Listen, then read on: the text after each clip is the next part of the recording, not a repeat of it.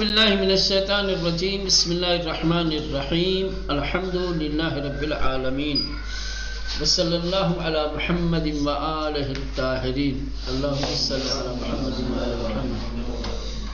خوب پڑھ رہے تھے نہج البلاغہ کے بارے میں۔ کل اشارہ کیا تھا کہ نہج البلاغہ ایسا نہیں ہے کہ کسی منبع اور کسی ماخذ اور کسی دوسری کتابوں سے کے حوالے سے نہیں لکھی گئی اور جمع نہیں کی گئی۔ نہ نہج البلاغہ سے پہلے امیر المومنین علیہ السلام کے خطبات، ان کے خطوط اور ان کے کلمات کے سلسلے میں 22 کتابیں لکھی جا چکی تھی۔ ٹھیک، اس میں سے پہلی کتاب تھی جو امیر المومنین علیہ السلام نے منبر سے جو خطبے دیے تھے اس کے بارے میں، اور پھر آخری کتاب جو نہج البلاغہ سے پہلے کی تھی اس میں امیر المومنین علیہ السلام کے کلمات تھے۔ ٹھیک، اس کے بعد بتایا کہ سید رضی نے چوتھی صدی میں 20 سال مسلسل زحمتیں اٹھا کر، مصیبتوں کا سامنا کر کے اس کتاب کو مختلف منابع سے کیا کیا ہے، جمع کیا اور اس کو ترتیب و تنظیم دی۔ نہج البلاغہ 3 حصوں میں ہے۔ پہلے حصے میں امام کے خطبات ہیں۔ خطبے کتنے تھے؟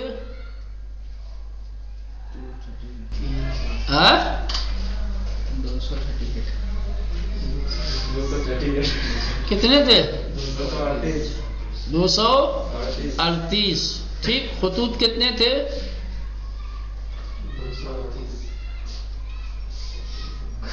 کتنے تھے؟ 300 279۔ ہاں 279۔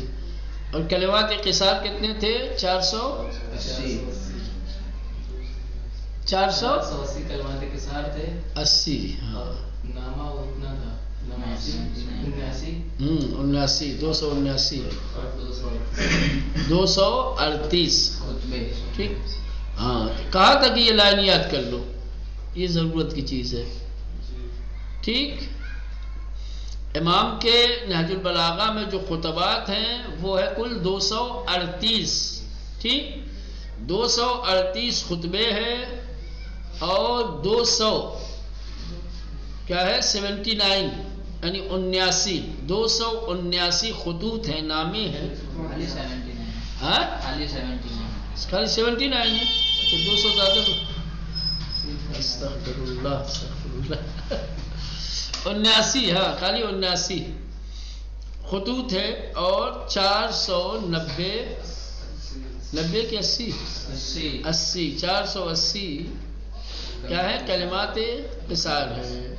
پھر بتایا کہ خطبات میں کیا ہے، خطوط میں کیا ہے اور کلمات قصار میں۔ یہاں سے پڑھتے ہیں: اما نامہائی کی در ان کتاب شریف جمع بری شدے، کہہ رہے ہیں کہ لیکن جو خطوط اس شریف کتاب کے اندر اکٹھا کیے گئے ہیں، جمع کیے گئے ہیں، پیرامون مسائل حکومت اسلامی و امت مسلمان، امت مسلمہ اور حکومت اسلامی کے مسائل کے سلسلے میں ہے۔ حکومت اسلامی کے مسائل اور امت مسلمہ کے مسائل کہ برائے دوستان نزدیکان، کہ جو دوستوں کے لیے، قریبی لوگوں کے لیے، وحتی دشمنان نشت شدہ، یہاں تک کہ خطوط ایسے ہیں جو دشمنوں کو لکھے۔ یہ خطوط ہیں، یہ خطوط امام نے جو دوسروں کو لکھے ہیں نا، کچھ اپنے چاہنے والوں کو، دوستوں کو، جیسے مالک اشتر وغیرہ کو، ٹھیک، کچھ اپنے قریبیوں کو، رشتہ داروں کو، سمجھ رہے ہیں، اور کچھ اپنے دشمنوں کو جیسے معاویہ وغیرہ ہیں۔ ٹھیک، ہمچنین در ان نامہ، اسی طریقے سے ان خطوط میں فرمانہائش کے وہ دستورات ہیں کہ ان حضرت، کہ جس کو حضرت نے برائے فرمانداران، اپنے وزراء، استانداران اور اپنے استانداروں کو و مسئولان حکومتی اور حکومتی ذمہ داروں کو نوشتے لکھا ہے بدر آنہا کارکنان حکومت را اور ان خطوط میں حکومت کے خادموں کو کاربندوں کو کام کرنے والوں کو بے عمل و رعایت دستوراتی اور ان دستورات کی رعایت اور پابندی کرنے کو موظف کر دیا لازم قرار دیا ہے. سمجھے وظیفہ قرار دیا ہے. یعنی امام نے حکومتی افراد سے کیا ہے تقاضا کیا ہے ان کو حکم دیا ہے کہ خط کے اندر جو دستورات ہیں وہ ان پر عمل کریں اس کی پابندی کریں. در بعضی از ان نامہ ان خطوط میں سے کچھ خطوط میں اصول زندگی کے اصول کیا ہے مسائل تربیتی مسائل اخلاقی و اعتقادی اسلام اور اسلام کے اعتقادی اور اخلاقی مسائل بھی بیان شدہ است بیان کیا گیا ہے. سومین بخش از نہج البلاغہ کا جو تیسرا حصہ ہے سخنان و کلمات قصار عن حضرت می باشد. اس میں حضرت کے چھوٹے چھوٹے مختصر کلمات اور مختصر بیانات ہیں کہ شامل پندہا کہ جس میں نصیحتیں اندرزہا ٹھیک اندرز یعنی جس میں ڈرایا گیا ہو روکا گیا ہو کسی چیز سے و رہنمائی ہائے بے نظیری اور بے مثل و بے جواب ہدایت رہنمائی دربار مسائل اعتقادی مسائل میں و تربیت اسلامی اور اسلامی تربیت کے سلسلے میں ہے.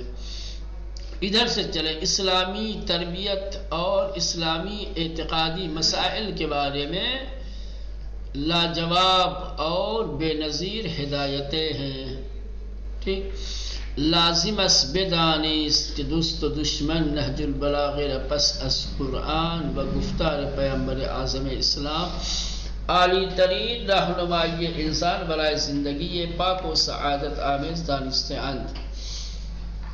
لازم است بدانیت آپ کے لیے یہ جاننا ضروری ہے کہ دوست و دشمن کہ وہ چاہے دوست ہوں چاہے دشمن دوست و دشمن ہر ایک نے نہج البلاغہ کو قرآن اور پیغمبر اعظم کے بیانات کے بعد یا ان کے کلام کے بعد عالی ترین رہنمائی انسان کی سب سے بلند اور سب سے عالی ہدایت کرنے والی رہنمائی کرنے والی برائے زندگی پاک و سعادت آمیز خوشبخت پاک و طاہر زندگی گزارنے کے لیے دانستہ اند جانا ہے.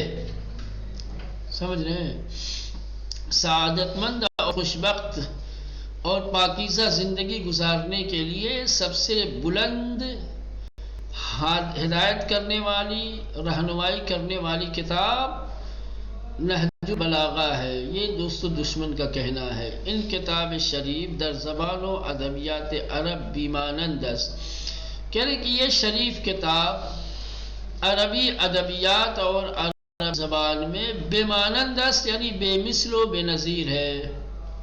اس کا کوئی جواب لذا بنہج البلاغہ یعنی راہ و روش و شیوہ یہ گفتار مشہور شدہ است.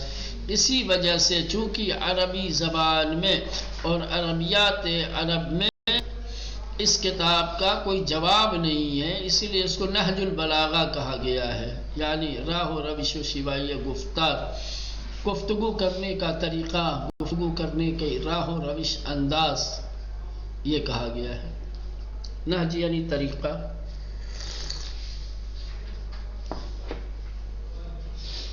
ٹھیک یا ابا کے اعتبار سے دیکھیں گے توا کے اس کتاب کو اخو القرآن کہا گیا ہے. کیا کہا گیا ہے مولانا؟ نہج البلاغہ کو قرآن کا بھائی کہا گیا ہے. قرآن کی بہن کس کو کہا گیا ہے؟ آغا صحیفہ سجا دیا.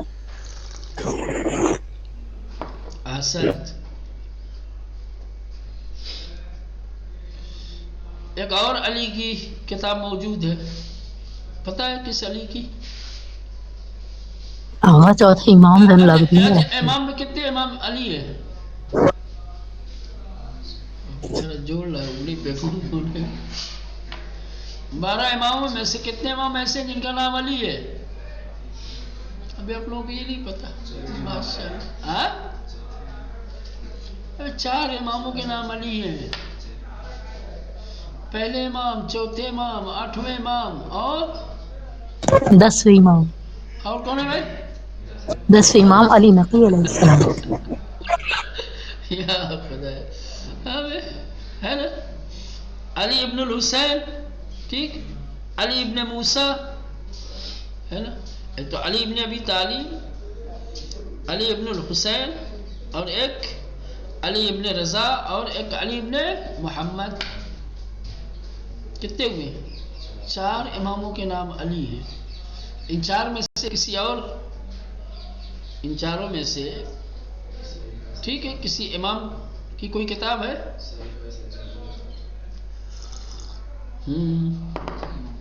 صحیفہ سجادیہ، زبور آل محمد، اس کو کہا گیا ہے اخت القرآن. کیا کہا گیا ہے؟ صحیفہ سجادیہ کو قرآن کی بہن کہا گیا، اخت القرآن. نہج البلاغہ کو اخو القرآن کہا گیا ہے، یا کہا گیا ہے تحت کلام الخالق و فوق کلام البشر. اللہ کے کلام سے بشر کلام سے بلند اور برتر کلام ہے امیر المومنین علیہ السلام کا. حیف یہ ہے کہ جو علمی سرمایہ ہماری قوم کے پاس ہے دنیا کی کسی قوم کے پاس نہیں ہے. لیکن المیہ یہ ہے، افسوس یہ ہے کہ علم سے جتنی غافل اور جتنی بے خبر اور جتنی دور ہماری قوم ہے، کوئی قوم نہیں ہے.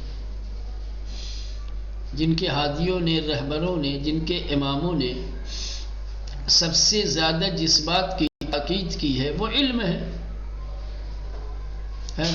اور جن کے اماموں کی سب سے بڑی فضیلت اور جن کی افضلیت کی سب سے بڑی دلیل ہی علم ہے، وہی قوم علم سے مولانا غافل ہے، دور ہے.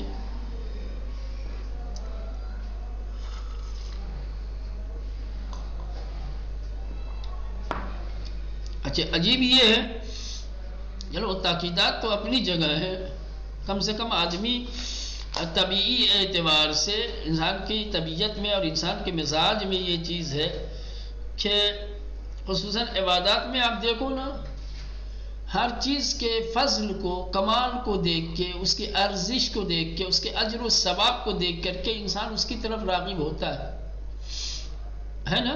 جس عمل میں جتنا ثواب ہو، اس عمل کی جتنی زیادہ اہمیت ہوتی ہے، علم کی جتنی فضیلت بیان کی گئی ہے اور علم کے لیے جتنا اجر و ثواب ذکر کیا گیا ہے کسی کے لیے نہیں کیا گیا.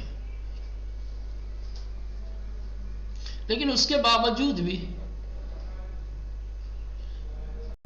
اگر تھوڑی بہت رغبت بھی ہے علم کی طرف، تو کون سا علم؟ علم دنیا نہ کہ علم دین.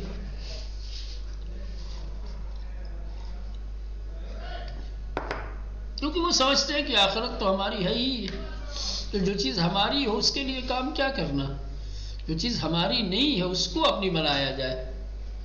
نہیں بھئی آخرت تو ہماری ہے ہی ہے. ساقی کوثر کون ہے؟ شافع محشر کون ہے؟ جنت کے سردار کون ہے؟ جنت جہنم کو تقسیم کرنے والا کون ہے؟ ان میں تو سب کچھ تو اپنا ہی ہے نا. مرتے ہیں سب، کون آتا ہے سرانے؟ منکر و نکیر سوال کرنے آتے ہیں تو اس وقت مدد کرنے، جواب دینے کون آتا ہے؟ برزخ کی سختیوں سے کون بچاتا ہے؟ کہ ہر جگہ تو ہے، سب اپنے ہی ہیں، ہے نا. جہاں جو سب کچھ اپنا ہو اس کی کیوں فکر کرے بھائی آدمی، ہے نا. مطمئن ہے دیکھ بھائی ہم کو وہاں کے لیے کچھ کرنے کی ضرورت نہیں ہے، وہاں کا سارا بندوبست سارا انتظام ہمارا پہلے سے ہے نا، اب یہاں کے لیے کرنا ہے۔ دیکھو علم کی اتنی فضیلت ہے، کہتے ہیں کہ اگر یقین کے ساتھ، علم و یقین کے ساتھ آدمی سو جائے اور شک کے ساتھ رات بھر عبادت کرے تو یہ سونے والے کی فضیلت زیادہ ہے، سونے والے کو ثواب زیادہ ملے گا، وہ جاگ کر عبادت کرنے والے کو کم ملے گا، ہے نا؟ یقین کے، علم و یقین کے ساتھ سونا شک کے ساتھ عبادت کرنے سے افضل اور برتر ہے۔ عالم کی 2 رکعت نماز جاہل کی 70 رکعت نمازوں سے بھی افضل اور برتر ہے۔ کیوں ہے؟ اس کے سرخاب کے پر لگے عالم کو کیا ہے؟ کیوں عالم کی عبادت کو اتنی اہمیت دی گئی؟ اس کے علم کی وجہ سے۔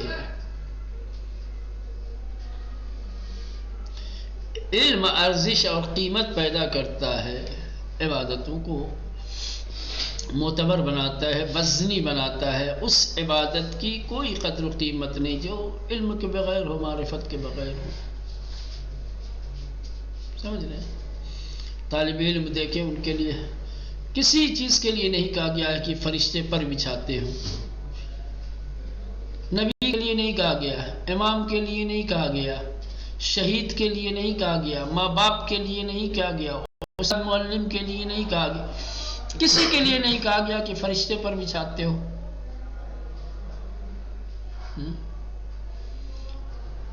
ماں اگر اپنی اولاد کی تکریم کے لیے اپنے سر کا دوپٹہ آنچل بچھا دے تو دنیا کہتی ہے ماں اپنے بچے کے لیے کتنی تعظیم، کتنی تکریم۔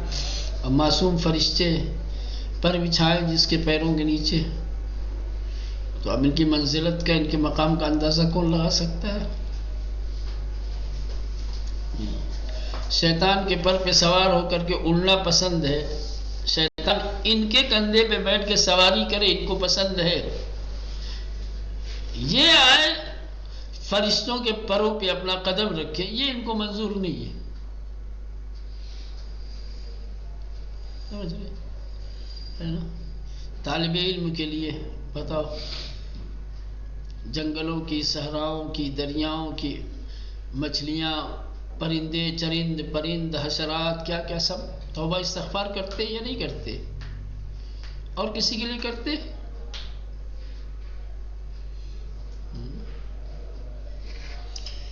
علم کی کتنی فضیلت ہے،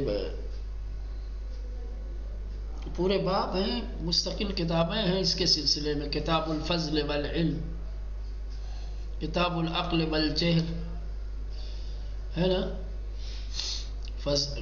کتاب فضل العلم، فضل العالم، فضل المتعلم، فضل العلم فضل العلم والعالم، مختلف اس طریقے کتنے ابواب ہیں، مستقل کتابیں ہے نا؟ بیان بھی کی جاتی ہیں، سنائی بھی جاتی ہیں، لیکن اس کے باوجود بھی مولانا ہے قوم بیدار نہیں ہوتی۔ چلیں بہرصورت اللہ توفیق دے، ہم نے جو علم حاصل کیا ہے انشاءاللہ اس پر ہم سب کو عمل کرنے کی توفیق دے، اور ہمارے علم کو امیر المومنین علیہ السلام کے صدقے اور توفیق میں اس میں اضافہ کرے، خصوصاً ہماری توجہات اہل بیت اطہار علیہ السلام کے معارف اور ان کے علوم کی جانب زیادہ ہو۔ نہج البلاغہ وغیرہ قرآن ہو یا نہج البلاغہ، یہ ہماری شیعہ قوم کے درمیان جو ہے یہ مہجور ہے واقع۔ یہ جو بنیادی کتابیں ہیں ان کتابوں کی طرف اتنا مراجعہ نہیں ہوتا طالب علم کو کرنے جتنی تاریخ ہم پڑھتے ہیں۔ ہم تاریخ پڑھتے ہیں، قرآن اور نہج البلاغہ تھوڑی اتنا پڑھتے ہیں۔ ہم فضائل کی کتابیں جتنے پڑھتے ہیں، قرآن اور نہج البلاغہ تھوڑی پڑھتے ہیں۔ مجلسوں کی کتابیں ہم جتنے پڑھتے ہیں، ہے نا؟ بنیاد تو یہی ہے نا، ساری چیزیں تو اسی سے نکلی ہوئی ہیں، تو اصل کو چھوڑ کر ہم فرع سے متوسق ہیں اور فرع سے چمٹے ہوئے ہیں، اور فرع کو ہی ہم کافی سمجھ رہے ہیں۔ اصل کی طرف ہماری تو ہوتی ہی نہیں ہے.